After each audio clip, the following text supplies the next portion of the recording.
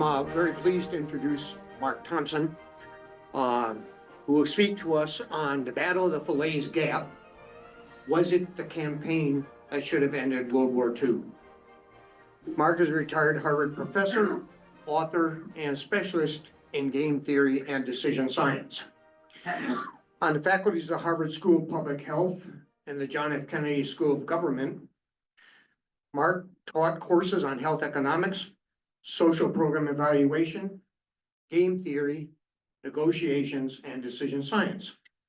He has been a visiting professor in France at the University of Paris and in Germany at the University of Bielefeld. In 2020, Professor Thompson published Disputed Decisions of World War II, Decision Science and Game Theory Perspectives. This year, he published his fifth book, World War II Battles Reconsidered, Perspectives on Gazala, El Alamein, Falaise, and Arnhem. Professor Thompson seeks in his work to provide tools to decision makers so that they make better decisions and have better outcomes. Please welcome Mark Thompson.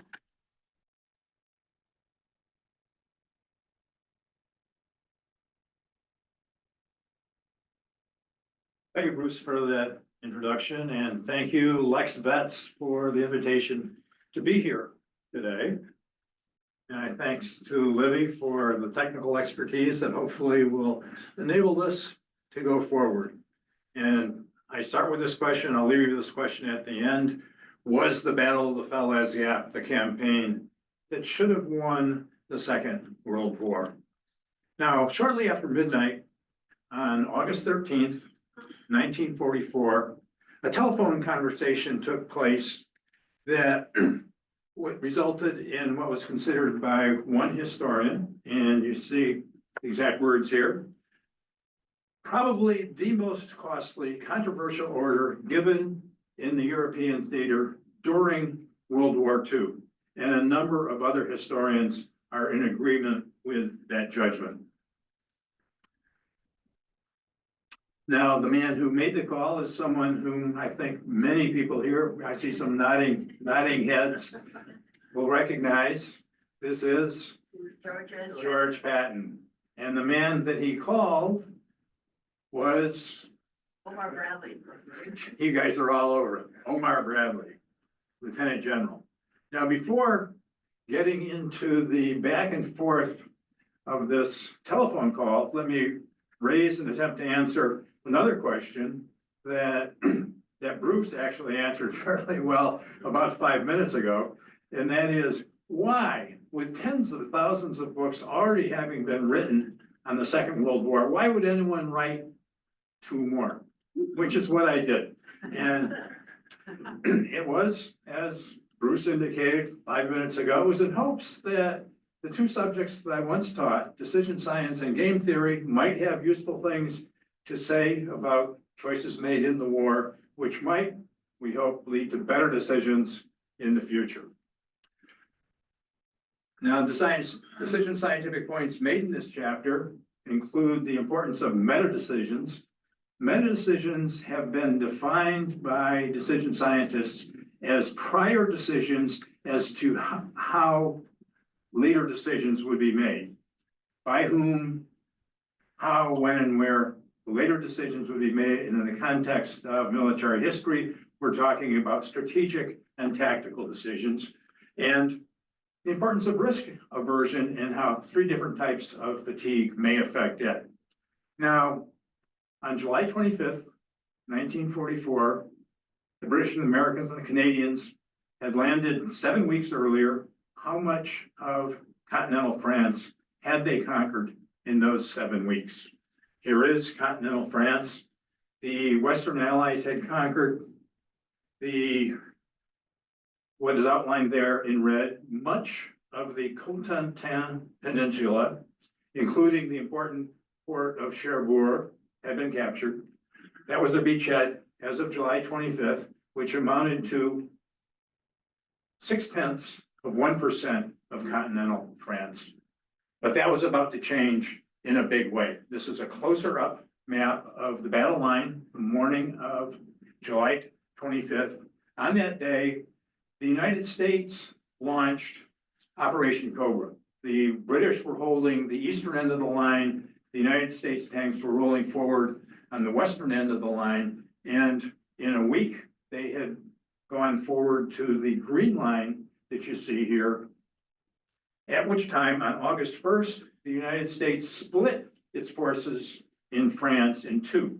The First Army, commanded by Courtney Hodges, the Third Army, commanded by George Patton. And Patton had been in June and July in England. He was impatient to get back into the war. He got back into the war on August 1st and immediately sent forces of his Third Army west into Brittany. What's happening, Libby?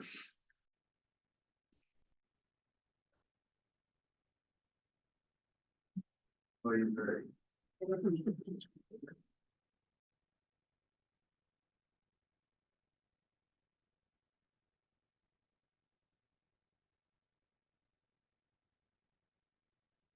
Here we are. Let's see if it works this time. Should I be aiming it at something in particular? Okay. West into Brittany, south to the Loire River, and east to the battle line that you see here. But there's another arrow on this map that doesn't quite fit the pattern of all of Patton's advances. What is this arrow circled in blue? That is the counterattack that had been ordered by Hitler. Hitler saw in what Patton had been doing, in Hitler's words, a unique opportunity which will never return. He ordered an attack through the French village of Mortain all the way to the sea so that Patton's army could be cut off and destroyed, and indeed all Allied soldiers in France could be, in Hitler's words, thrown back into the sea. And Hitler was confident that this could happen because, these are Hitler's words, American farmers are so miserable. I've seen pictures of them, pitiful and stunted, something altogether uprooted that wanders around. Americans, Hitler said, were not a tough people. They would prove to be poor fighters. But the U.S. 30th Infantry Division fought at Mortain better than Hitler thought that Americans possibly could. It held off his counterattack, which then presented the Allies with a tempting possibility. So here we are. In addition to attacking west, south, and east, Patton also had forces attacking north, as you see there. Those two northward pointing arrows amounted to about 55,000 men in 4 divisions, 2 armored and 2 infantry. And the battle line at the moment of the crucial telephone call is shown here in blue. Patton's forces, northward driving forces, had reached the Normandy village of Argentan, and 13 miles further north was the Normandy village of Falaise. The 13-mile distance between those two villages was what became known as the Falaise Gap. And if that Falaise Gap could be closed,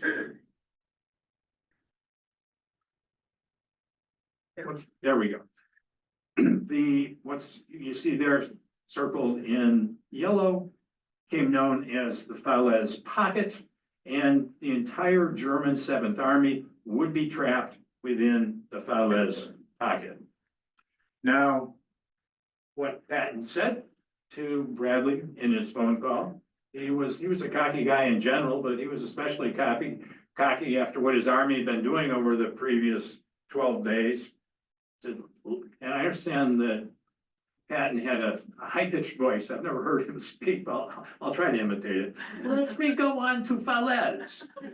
And Patton was also notoriously undiplomatic towards a main ally of the US. He also said, we'll drive the British back into the sea for another Dunkirk. They were so pleased with their evacuation 4 years earlier, we'll let them do it again. Well, Bradley and Patton had a history. The previous year, in Sicily in 1943, Bradley had been a top subordinate of Patton. Patton had there, however, physically slapped two soldiers who had been hospitalized with battle fatigue.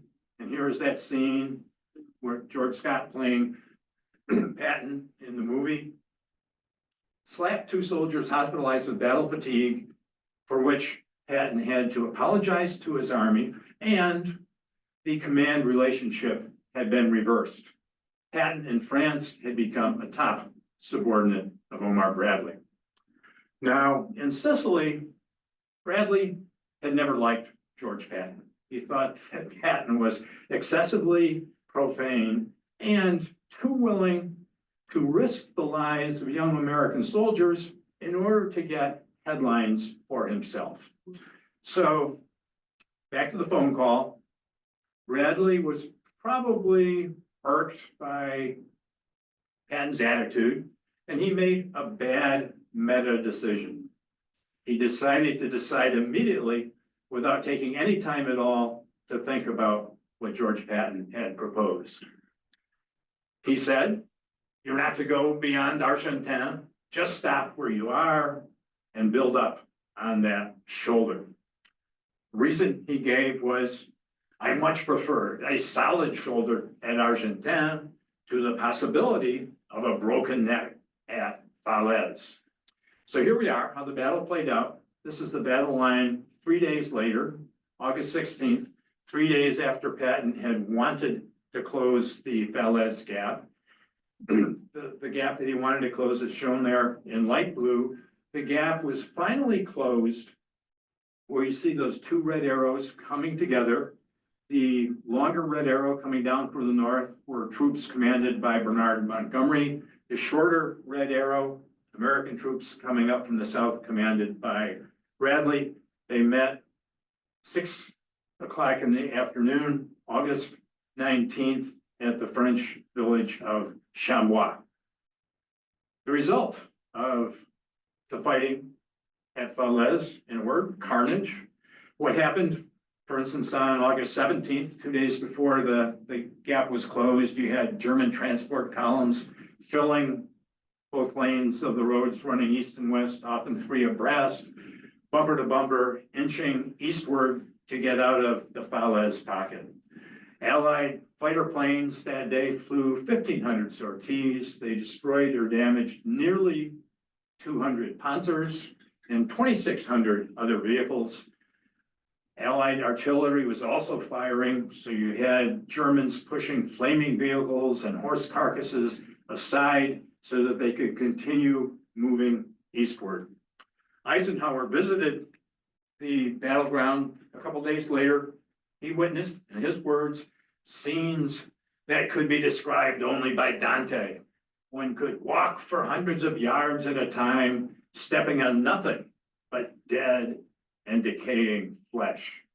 Now, I think a reasonable reaction when you read words like this is, are there any pictures of what Eisenhower described here?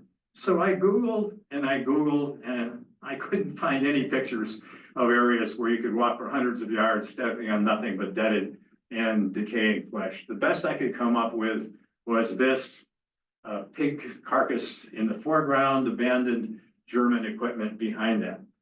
I also wondered, what was the terrain like that George Patton had proposed to advance through on August 13th, way back when? And so the very first major trip that my wife Cindy and I took after COVID was to the Falaise Gap.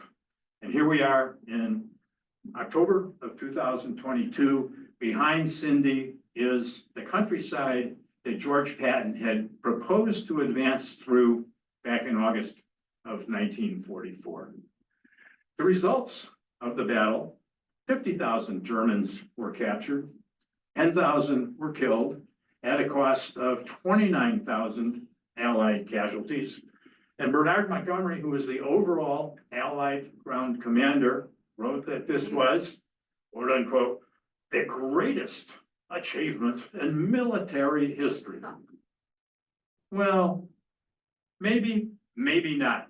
The Russians, at the same time, June through August of 1944, had their Operation Bagration, in which they killed and captured 539,000 Germans, casualty totals that were 9 times what the Western Allies achieved at Falaise. Historian estimates of how many Germans escaped from the Falaise pocket varied widely, from a low of 20,000 to a high of 300,000. According to Martin Blumenson, who is the official author of the American official history of this battle, he wrote that over 100,000 Germans got away. Resulting issues that have been argued about starting in 1944, they continue to be argued about. They've been disputed in many later books. Some books have been exclusively devoted to these issues. Could the getaway of so many Germans have been prevented? And if so, who was to blame? Now, this is one such book. This is by Martin Blumenson, and you can see the title there, The Battle of the Generals, The Untold Story of the Falaise Pocket, the campaign that should have won World War II. Another historian wrote of the long-running debate. Indeed, there is now an industry in books focusing on the same 2 questions. Could the German 7th Army have been completely bagged? And why did that not happen? Now, chapter 4 of my book is woefully, I have 0 military expertise, but it's another minor contribution to this debate that has been running for more than 80 years. The command hierarchy at the Battle of the Falaise Gap had something's going wrong, buddy. Are we cool? Okay. Eisenhower, Supreme Commander, was the top. He, the nominal commander of Bernard Montgomery. Montgomery directly commanded British, Canadian, and Polish troops. Also subordinated to Montgomery was Omar Bradley, who commanded American troops and 1 French armored division. But what were the effective lines of command? The green arrow of command between Eisenhower and Montgomery, for reasons that we'll get into, had to be crossed out. Eisenhower could not give orders to Montgomery, nor could Montgomery give direct orders to Bradley. So what that meant was that the 2 effective Allied commanders in the Battle of the Falaise Gap were, I forgot to mention the French. The French had shown no inclination to obey the orders given by Omar Bradley or by any other American commanders. So cross out that green arrow as well. The 2 effective commanders at the Battle of the Falaise Gap were Bernard Montgomery and there we go. Not quite sure what the technology is here. What did they think was going to happen in that battle? Well, Bradley on August 9th was visited by Roosevelt's Secretary of the Treasury, to whom Bradley said, you can see it there, this is an opportunity that comes to a commander not more than once in a century. We're about to destroy an entire hostile army. And at the same time, Montgomery was saying to Winston Churchill, you see his words there, our aerial strength is such that the enemy cannot escape us. The Germans, Montgomery said, were doomed. Well, both of those generals were wrong. Over 100,000 supposedly doomed Germans got away from the Falaise pocket and escaped altogether from France, with the consequence that a number of the divisions that had escaped at Falaise the next month in the Netherlands at the Battle of Arnhem, those divisions played major roles in defeating the Allied attempt to cross the Rhine there. And then in December, those other escaping divisions played a major role in opening the attack in the Ardennes that began the Battle of the Bulge. So, question that has been debated, what if anything had gone wrong? And if you read the war memoirs of Churchill, Eisenhower, Montgomery, nothing had gone wrong. It was an absolutely wonderful Allied victory. And it was a wonderful Allied victory, but the debate is whether or not it could have been a much bigger Allied victory.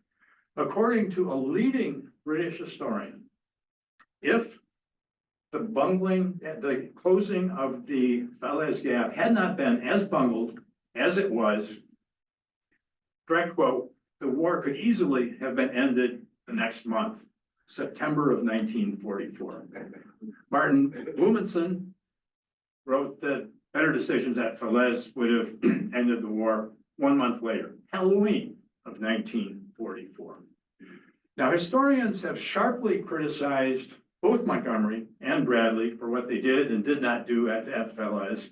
But in my opinion, I think their criticisms of Eisenhower and Patton were inappropriate. Both of these American generals had been arguing for more aggressive actions to destroy more German units, but because they didn't have the effective command, their urgings were basically ignored. Historians, however, seem to have overlooked one person who may have been significantly responsible for the massive German getaway. Do we recognize this man? This is a little bit more challenging for him. Alan Brooke. Alan Brooke, yes, okay. This audience is on top of things. As far as I know, no historian has ever blamed Alan Brooke for the incompleteness of the Allied victory at Falaise. Alan Brooke, for most of the war, was the chief of the British Imperial General Staff, and as such, he was Britain's soldier of highest rank. Given that Brooke was not even in France when the crucial decisions at the Battle of Falaise were made, how could he possibly receive any blame at all? Well, he didn't receive any blame at all. A year earlier at Casablanca, Brooke had, and these are his words, he had judged that Eisenhower had complete inability to run the land battle as well as acting as supreme commander. So at Casablanca in January, he had inserted 3 British commanders between Eisenhower and the fighting men of the armies, navies, and air forces of the British and the Americans. Brooke was quite pleased with himself. He'd given Eisenhower a lofty title. Eisenhower for the rest of the war would be the supreme commander, but at the same time, he was stripping him of operational authority. He had brought about a significant meta decision at Casablanca. The battle decisions in Sicily would be made not by Eisenhower, but instead by the 3 British commanders. Brooke considered this a marked success, his words. What he said, again his words, pleasing and flattering the Americans with Eisenhower's lofty title, while slashing his effective command. Apparently hoping that Eisenhower and other Americans would be so flattered that they would not notice or object to what was happening. Well, Eisenhower was a smart guy. He noticed, he objected to George Marshall and others, but he decided that he had to go forward with a substantially reduced command authority. Eisenhower's naval aide, Harry Butcher, who spent much time with Eisenhower in the first years of the war, wrote that in Africa, the previous campaign in 1942 and 1943, Ike had direct control of all operations. In the campaign in Sicily, Butcher's words, the only major decision Ike can make is to call it off. And it would be pretty much the same, June through August of 1944. Eisenhower had the authority to decide when the troops would land, but then he became just a figurehead of a supreme commander. In that role, he occasionally visited and chatted with Montgomery and with Bradley. He spent much time with Bradley. Bradley wrote that, you see the words here, he made no major move without consulting Ike. Well, that's not true. Bradley issued what has been called by historians the most controversial order of his long career, that in the telephone conversation on August 13th, without consulting with Eisenhower or with anybody else. So given the meta-decisional axing of two command arrows, Montgomery, commander of all Allied ground troops in France, could not give direct orders to Bradley. He could only send messages like that of August 14th. My dear Brad, I think your movement of 20 corps should be. What he could not do was, General Bradley, I ordered you to do this and that. The kind of orders that he has successfully given 2 years earlier when he won the Battle of El Alamein. The 64th military maxim of Napoleon, translated into English, nothing is more important in war than unity of command. This is an age-old principle that was known by many generals long before even Napoleon, but it was significantly violated by both the British and the Americans in the Second World War.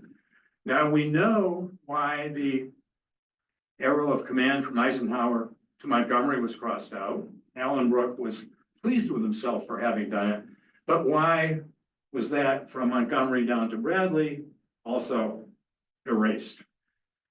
A year earlier in Sicily, George Patton had the top US ground commander. He was subordinated to Harold Alexander, who was the British general that Brooke had inserted between Eisenhower and the fighting men. And Patton, 1943, obeyed the orders of Alexander. That green arrow of effective command held true, held valid in 1943. The next year, in mainland Italy, Harold Alexander again was the top Allied ground commander, and he was superior to, and I bet somebody here will recognize this man. Oh, you guys are all over it. But I got one coming up that you won't recognize. Or that's a challenge to you. Lieutenant General Mark Clark, who commanded the United States Fifth Army. Now, on May 23rd of 1944, Clark's Sixth Corps, part of his Fifth Army, attacked out of the beachhead at Anzio. The Allies had been at Anzio at this beachhead basically since January. The outline of the beachhead is in purple. The initial breakout attack is the red arrow you see there. And Alexander had ordered Clark to have Sixth Corps in the breakout from the beachhead drive northeastward all the way to the Italian town of Valmontone, which was on the Italian Highway 6, which was the main highway of retreat for the German 10th Army, which was then retreating from its defense of the Gustav Line further south in Italy. Alexander wanted to destroy as many German units as possible. Clark, however, a few days earlier, had told reporters, his exact words, I intend to take Rome, noting that his Fifth Army would be the first army in 15 centuries to seize Rome from the south. He disobeyed his order. Cross out that arrow of intended advance. Instead, Clark had his troops attack towards Rome.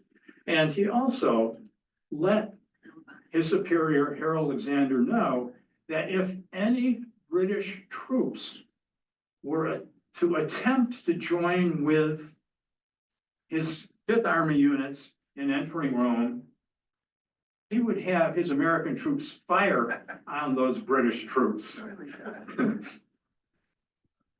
Now, Clark, in the words of the American historian Rick Atkinson, with duplicity and in bad faith, contravened a direct order from a superior officer, and he got away with it. Now, both Churchill and Alexander were predictably enraged, and the command ethos of the Western Allies had been permanently changed. Going forward, and this would apply a few months later at Falaise, British superiors could not expect unchallenging obedience by American subordinates to their direct orders.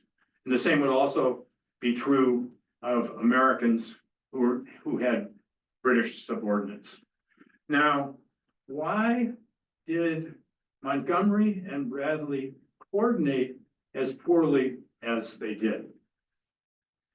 And why, in reconsidering the Battle of Falaise, do we have here, what is a picture of misbehaving teenage girls doing in a reconsideration of this particular battle? Well, in the judgment of Lord Andrew Roberts, who recently became a member of the British House of Lords, he wrote several books, several histories of World War II. He wrote, and you see his exact words here, squabbling schoolgirls could hardly have been as petty and bitchy, not words you often see in military histories. And he named names as Bradley, Clark, Montgomery, and Patton. Now, such pettiness and bitchiness was perhaps exemplified by the words of Omar Bradley at Falaise. He said, if Montgomery wants help in closing the gap, I thought, let him ask for it. And this attitude may have helped to enable the Germans to escape. Now, independent of the ununified command, poor communications, and petty bitchiness, another factor possibly responsible for the German getaway was the personal risk aversion of Omar Bradley in that telephone call. Risk aversion has been defined by decision scientists as, you see it here, the influencing decisions by the desire to avoid calamitous outcomes. 6 days before Bradley's decision in that phone call, he had at Mortain another decision to make. Bradley knew from intercepted German radio messages that his 30th Infantry Division would be targeted at Mortain, and he felt that he had three main choices. Option A would have been immediately to reinforce his targeted infantry division with any to all of 4 divisions who had already passed southward beyond Mortain and had then turned eastward. Or he could, option B would have been to let those 4 divisions continue on eastward to further encircle the German 7th Army. Instead, he chose an intermediate option, option C. He halted those 4 divisions in place, prepared, if it should turn out to be necessary, to reverse and go backward to reinforce the endangered 30th Division. When that division at Mortain, after suffering 2,000 casualties, stopped Hitler's counterattack, the 4 halted divisions were released to continue their encirclement of the German 7th Army. Judgment of Omar Bradley at Mortain, Eisenhower wrote a very bold decision. Churchill similarly said that decision was one of the most daring of the war. And an American historian wrote that this was Bradley's finest hour as a commander. Now, a common presumption in the rating of military decisions has long been that boldness is good and caution is bad. And the words of Eisenhower and Churchill, very bold and most daring, were meant as praise. But commanders should not seek maximum boldness, but instead an optimal level of boldness, neither too daring nor too cautious, a point that has frequently been made by decision scientists. And Eisenhower also wrote that it's important to distinguish between caution and timidity and between boldness and rashness. Now, risk aversion in the generals in the war varied widely. George Patton had a minimal level of risk aversion, especially as his Third Army raced across northern France in August of 1944. At that time, he met with reporters to whom he explained his relatively low level of risk aversion. And you see his words here. I never worried about flanks. That was probably due to my long felt masculine virility. Later that year, however, Patton was criticized for having been excessively bold, taking excessive casualties in taking the French city of Metz, and the next year for a catastrophic raid that Patton launched on Hammelburg in Germany. Bernard Montgomery, in contrast to Patton, repeatedly during the war was criticized for having been overly cautious. Now, Bradley's choice at Martin, in the judgment of a number of historians, seems to have shown a perhaps optimal level of risk aversion. However, 6 days later, it's possible, and historians have suggested that this was the case, his forbidding Patton to go forward as Patton had proposed may have been too cautious, overly risk averse. Factors influencing risk aversion that have been studied by decision scientists include various types of fatigue. We know that Bradley, at the time of the telephone call, was physically fatigued. He'd been commanding in battle for over 2 months, and he wrote that, you see his words here, that the previous day, August 12th, had been one of the most taxing I would ever experience. He may also have been, at that moment, affected by 2 other types of fatigue that have been identified by decision scientists. Decision fatigue is a fatigue that sets in after a large number of decisions have been made. Say, could be any kinds of decisions, job applicants or whatever. After decision makers have made 10 or 20 decisions, what tends to happen, and decision scientists have studied and documented this, decision makers tend to become more risk averse and less able to weigh the pluses against the minuses of various things that they might do. And risk fatigue is a kind of fatigue that may have set in after a significant risk has been taken, such as the risk that Bradley took at Mortain.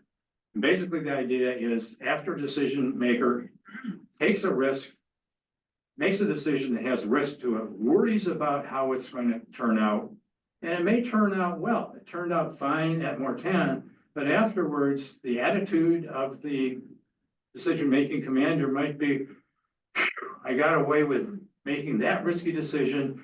I think in the near future, I won't make such risky decisions. And that may have been what led him to deny Patton's request in that midnight phone call. All 3 types of fatigue may have influenced Bradley in making a meta-decisional mistake that's been frequently found and labeled by decision scientists who have called what he did there either quote unquote overly brisk deciding or shooting from the hip. It seems likely that Bradley's meta decision to respond immediately to Patton's request was a bad meta decision that helped to lead to a bad strategic decision. Now, decision scientists have often urged that before deciding, the chances that various possible actions will lead to different outcomes, should be estimated, and indeed numerically estimated. Bradley claimed somewhat to have done this in having written that what had influenced him was the possibility of a broken neck at Falaise, and therefore he had denied Patton's request. But Bradley did not indicate numerically just how great he thought that possibility was, nor, as far as I can tell, have any of many excellent authors on this battle given numerical estimates of the likelihoods that Patton could have driven forward to Falaise, and once there, have securely held the gap and not been trampled over by retreating Germans, which was what Bradley was afraid would happen. Now, there are implicit exemptions. The authors who thought that better decisions at Falaise could have won the war within a month or 2 must have thought that there was a high probability, maybe 90% or more, that Patton could have done what he proposed to do. And no historians seem to have addressed an issue raised. Now here you're going to be really testing. You guys have done terrific on every other photograph that I've shown, but this is the toughest you had yet. Does anyone here possibly recognize this man who I think is unknown to almost all Americans in the year 2025? Can't read his name tag. But does he have a name tag, Phil? This is Major General Wade Hayslip, the commander of the northward driving forces of Patton's Third Army. He commanded the 15th Corps. At 2130 hours on August 12th, 3 hours before the crucial phone call, Hayslip asked Patton for reinforcements to assist him in closing and holding the Falaise Gap. Now, possible reinforcements for the 15th Corps would be 12 and 20 Corps, which Bradley instead sent southward of 15th Corps toward the Seine River. There were 2 other corps in the U.S. First Army that were being pinched out in the closing of the Falaise pocket further to the west. They could have been reinforcements. In the first few days of August 1944, both Bradley and Montgomery considered dropping 3 airborne divisions into positions that would help to block the Falaise Gap, which they did not do, but those 3 airborne divisions could have backed up Hayslip and Patton, what they proposed to do. So 2 questions that I'm left with that I find personally exasperating. So many excellent historians have written about the Battle of Falaise Gap. Why have none of them, as far as I know, discussed the possibility of doing what Wade Hayslip had asked for the night before, August 12th, reinforcing his corps to close and hold the gap? And also, why have no historians, as far as I know, reported their own best numerical estimates of the likelihood that the Allies could have done what Patton and Hayslip wanted to do?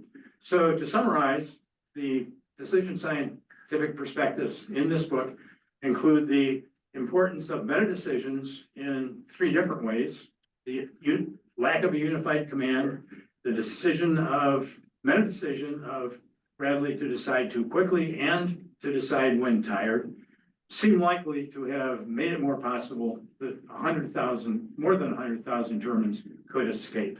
Now, historians have written about the problem of ununified command of the Allies at Falaise, but as far as I know, no historian has ever mentioned the meta-decisional points that Bradley, in that phone call, had decided to decide too quickly and had decided to decide when he knew that he was tired. Now, the Battle of Falaise Gap is one of 4 battle decisions that I wrote about in this book.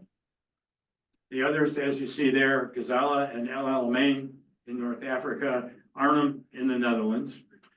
It's published earlier this year by McFarland, and in my opinion, McFarland did superbly in editing and in printing, but not well at all in terms of pricing. This is a paperback book of 270 pages. It should, in my opinion, have been priced at about $15. Instead, you see the prices. It's available as we speak, $75 list price, but a real bargain, $46 on Kindle. However, McFarland did make available to me at Deep Authors Discounts a number of copies. I have some of them in the back of the room there, which I am willing to give to many of you, as long as the copies remain there, at a price of $10 per copy. But I don't want anybody here to give me any money at all. Each of the copies I have back there has a sheet of paper that lists a number of possible environmental charities. If anyone here is willing to agree to donate $10 to an environmental charity of his or her choice, I would be pleased to give a copy of my book.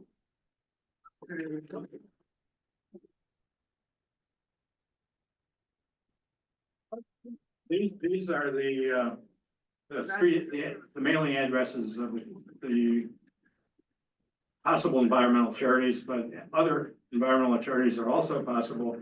And I have a copy of these 3 addresses in each of the books back there.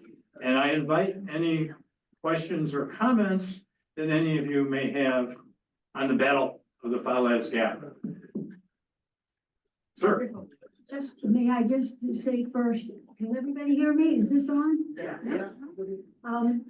If you raise your hand for a question, wait until we bring the microphone to you and then speak into the microphone because you're going to be recorded. You're going to be on the radio. All right, Bob, you go first.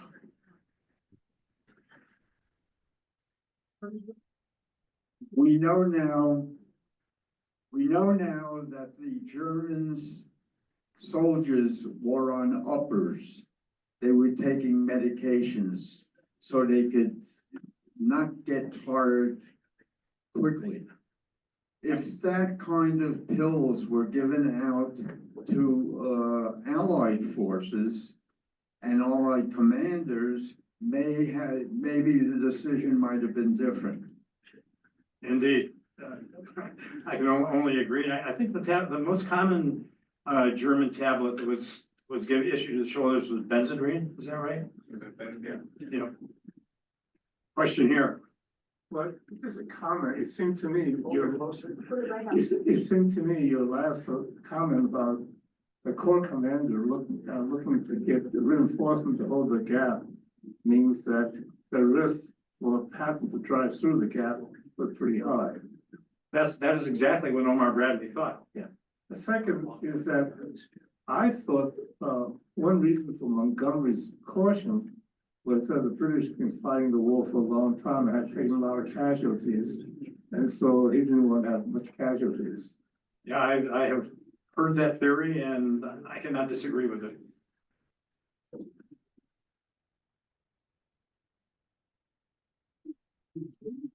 Thank you.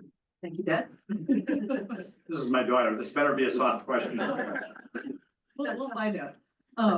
I was very interested in what you were saying about the issue of decision fatigue, but that seems like that would be practically universal in any theater of war. What can be done or is done in a large conflict to reduce the risk of decision fatigue at the highest levels of decision making?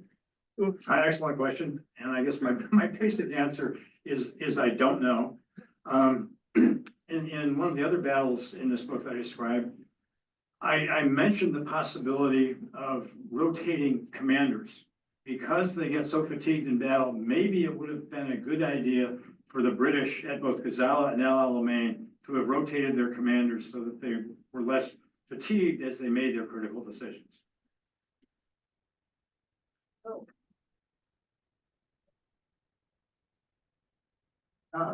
You mentioned about the unitary command structure, which had not been maintained. Who had the authority to impose or make more effective the unitary command principle? Another very tough question to answer. Who had the authority to impose or not impose a unified command on the Allies in the Battle of the Falaise Gap?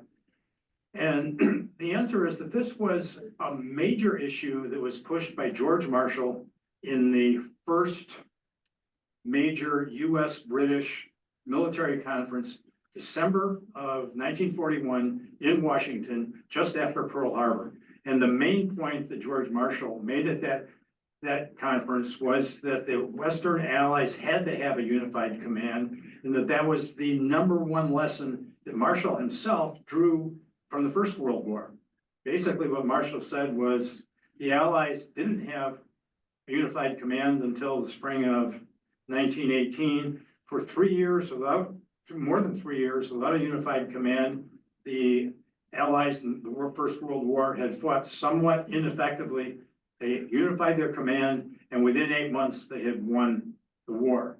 So now, for a while, Marshall carried the day. The Western Allies decided to have a unified command in the North African campaign that began in November of 1942.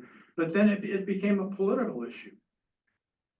Alan Brooke was a very convincing speaker in the military conferences. And basically, Alan Brooke at Casablanca argued so forcefully that Eisenhower should not have a unified command, that he carried the day. And that, as a result of that, And then as a result of what Mark Clark did in Italy, there was really deficiently unified command for the Western Allies for the remainder of the war. It was sort of a political thing in the politics where Churchill and Roosevelt were at Casablanca. Alan Brooke was quite articulate, and he was able to get his way to demolish basically George Marshall's ideal concept of a unified command. Surprised that Eisenhower accepted that? Eisenhower did not, he tried as hard as he could not to accept it. He sent message after message to George Marshall, saying, what is going on here? We have the Joint Chiefs of Staff issuing orders to generals on the spot here. They're circumventing my command. This is completely outrageous. And apparently, George Marshall persuaded Eisenhower that he couldn't have a unified command. Eisenhower was not happy at all to have his unified command taken away from him. That was actually my question. Why wasn't Eisenhower given the power to override these and all these other terrible mistakes? Why did he not have that unction? Basically because Brooke and the British carried the day at Casablanca. And Casablanca in Morocco in January of 1943, the British came, they came in a big battleship. They had all kinds of resources. If any papers were needed to support their positions, they had office space files on the battleship, and they could grind out papers supporting their positions. Americans had nothing like that. Franklin Roosevelt had said he wanted to go to Casablanca with a lean team, and so there were many more British officers at Casablanca than Americans. And one American summarized what happened at Casablanca as we came, we saw, and we were conquered. We were conquered not by the Germans, we were conquered by the British. Just a moment, we have a question on. We have a question on Zoom. William would like to know, was the area of operations that divided the armies east of Falaise and would require a violation of that line, violations that were frowned upon generally because of the great possibility of friendly fire casualties, traffic congestion, and other operational problems, have an effect on Bradley's decision? Okay, that is an excellent question, and whoever asked that question is a knowledgeable student of the Battle of the Falaise Gap. And indeed, it's in my book. I didn't get into it today, but a major issue at the Battle of the Falaise Gap was what was the dividing line between where Bradley's armies could be and where Montgomery's armies could be. So a major issue was how far north Patton could drive without badly violating the line of demarcation between the armies, the zones of operation of the armies that had been set down by Montgomery. That's a major issue, and there's a considerable amount about that in my chapter. Curious, was Patton aware of this division, of this lack of a unified command? And was he inclined to, therefore, to do his own thing, or at least not to respect the lines of command above him? Patton, yeah, as you suggest, Patton had his own idea as to what should be done. I mean, one of the things, he was writing his wife almost every day during the Battle of the Falaise Gap, and he was, day after day, he was criticizing Bradley's decisions, saying things like, Bradley's a chicken, I wish I were Supreme Commander, and so on and so forth. But Patton, throughout the war, was a general who believed in obeying the orders that he was given. And so when, in that just after midnight phone call on August 13th, Patton spent the whole next day having his subordinates phone Bradley's subordinates, trying to get Bradley to change his mind. And Bradley refused to change his mind, and Patton obeyed his orders. Patton throughout the entire war tended to obey orders, but of course, what he did at Hammelburg in Germany, he had enough leeway to engineer a catastrophe. Coming into the present, do you see any similarities between what's happened in World War II compared to what's going on in NATO today? I am woefully ignorant about what is going on in NATO today, except that I understand that we have a chief executive who is proposing that the United States quit NATO altogether. I was just curious, you mentioned Casablanca making a convincing story, but you had Normandy, you put the chronology of Normandy, and in terms of rotation, which I think would be hard to do, but a reconsideration of command structure, particularly because it seems to have held at lower levels, but becomes increasingly harder to do it. Is there a practice where people actually revisit the resourcing and the structure?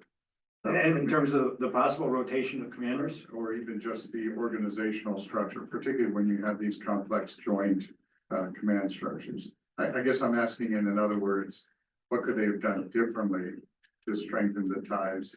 Because it wasn't the same as Casablanca. The balance of powers might have been different. Yeah. Of course, it's hard when things get political and factions arise, but Yeah, things are very political there, yes, is there especially at Casablanca, yes. So is there something that could have been done, in your view, revisit in 43 or 44 immediately on the, after the invasion? To revisit the lack of unified command? To unify command. To unified command. I'm not aware. A lot of terrific questions are being posed today, which are largely having the effect of exposing just how ignorant I am. But I am not aware of any concerted efforts, say June through the end of 1944, to reunify the command of the Western Allies. I don't recall it ever having been made an issue by Eisenhower or anybody else. What did happen was that I mentioned that Eisenhower was a figurehead supreme commander for June, July, and August of 1944. That changed on September 1st. What had happened was that the Americans, from President Roosevelt on down, were very unhappy, especially with the British press coverage of what was happening in France.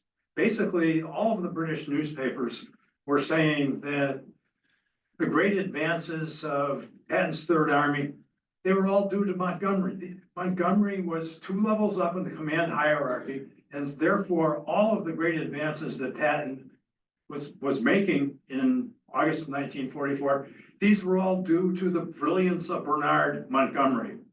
And I think, yes, Franklin Roosevelt and many other Americans did not at all like the way the British newspapers were describing what was going on in the fighting in Normandy.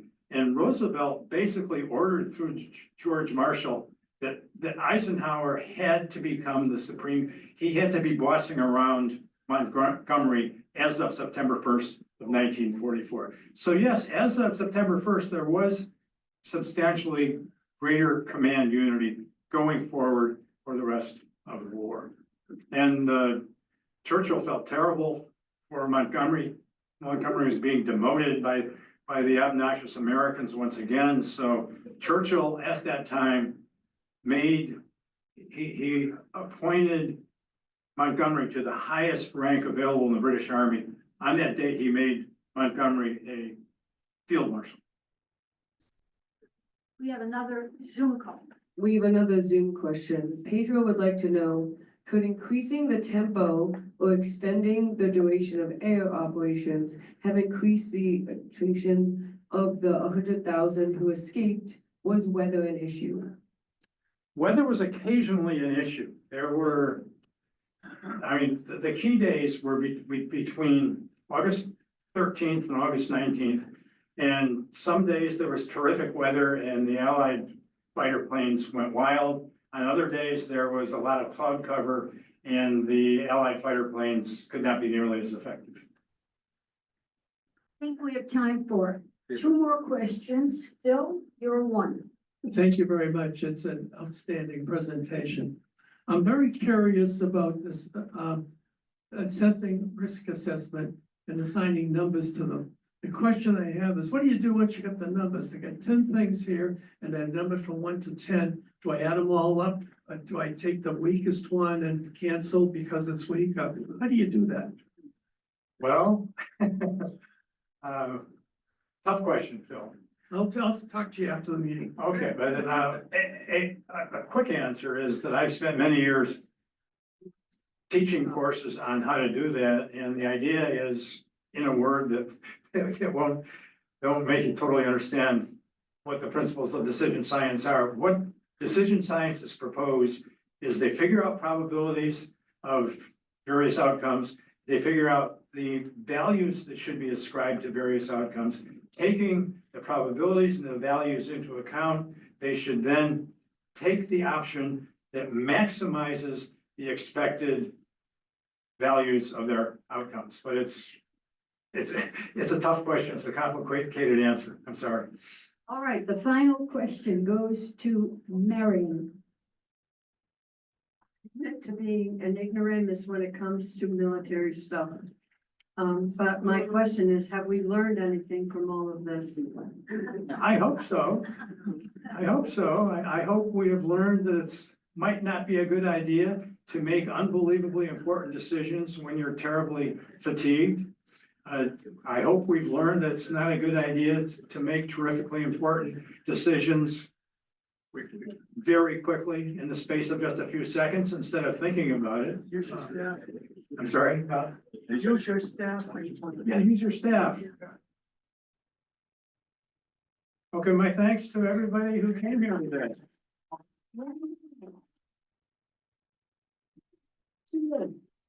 Thank you.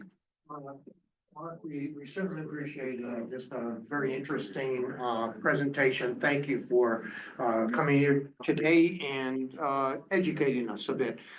Two things for closing. One, in the last emails that Linda has sent out, she noted senior parking passes, Lexington senior parking passes. There's a handout here that describes that in addition to what Linda put out. All of the links are in that email if you want to go to the website and register for parking pass. But currently, they're taking renewals. You can renew your pass and then you get on their email list and they'll send you when you can apply for a new parking pass. So allows you to park anywhere in the town center, Lexington Town Center for free.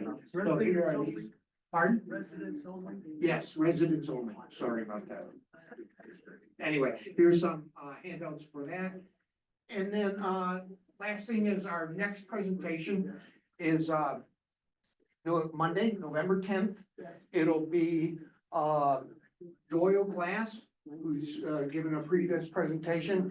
His presentation is entitled Swift Sword, and it's the story of 164 Marines in White Company from the 3rd and the 5th Marines in Vietnam. It's a very interesting story on what they did.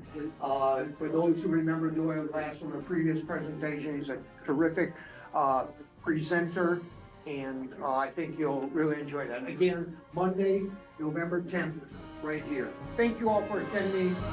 We hope to see you again. Have a good day.